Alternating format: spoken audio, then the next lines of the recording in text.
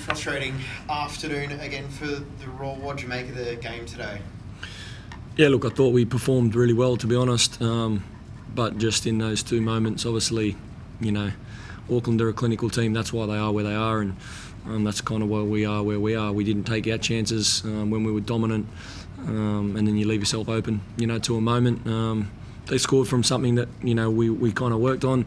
We knew they were very strong on first contests and second phases and set pieces and that type of stuff. But they compete really well, and they've got a much higher calibre player than us.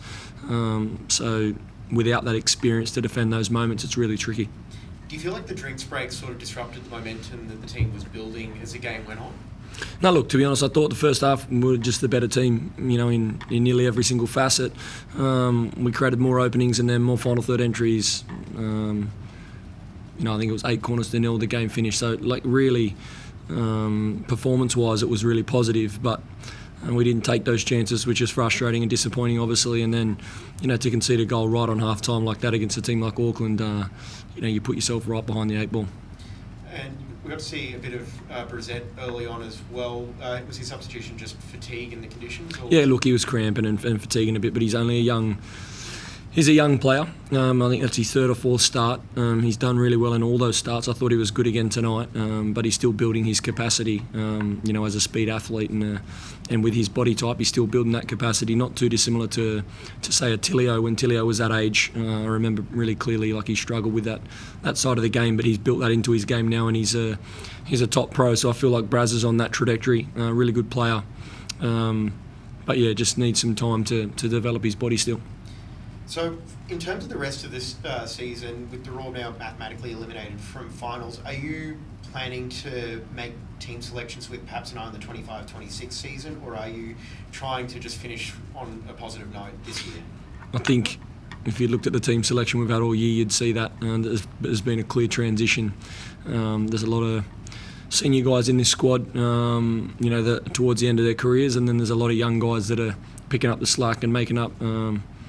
Making some momentum for the club, and they're developing in the deep end. It's been a really tricky season for a lot of reasons, but there's been some real shining lights and some positives. Some of the Queenslanders, youngsters that we've brought through, some young Sydney boys in Nathan and Braz and PK, they're developing in massive amounts, to be honest, and that's going to put the club in good stead moving forward. But we need, with each window to strengthen. That's quite clear.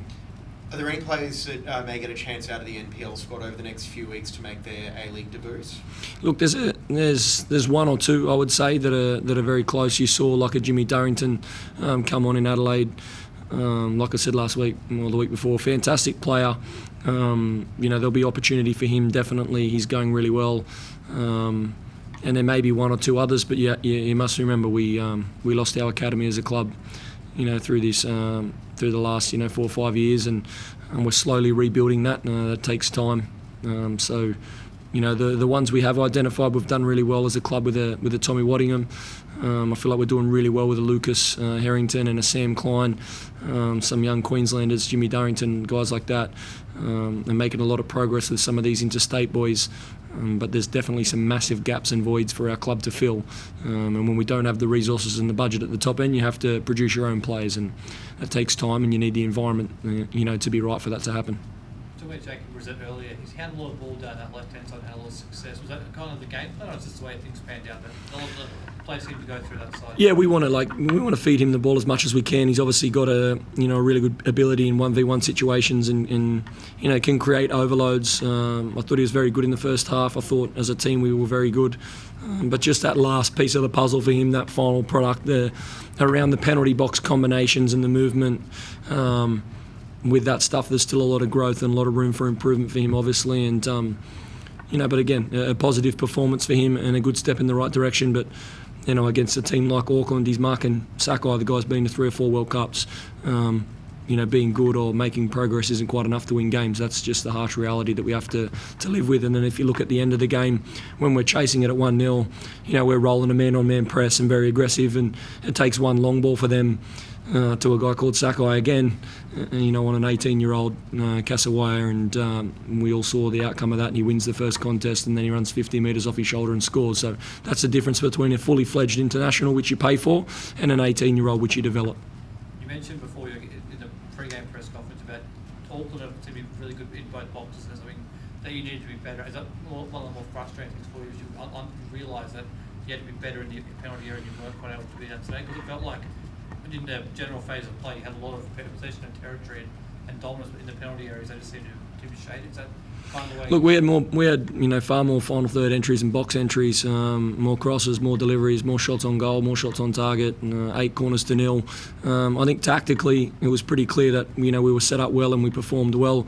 I think my point before the game about them being good in both boxes, it's one thing to identify it, it's another thing to stop a quality delivery and a quality header, and that's something that they've been able to do to nearly every team this year. That's why they're top of the league. So that is what it is. There's a big divide in quality, there's a big divide in budget, but there's certainly not a big divide, technically and tactically between what we did and what they did. If anything, I'd say that we're on top.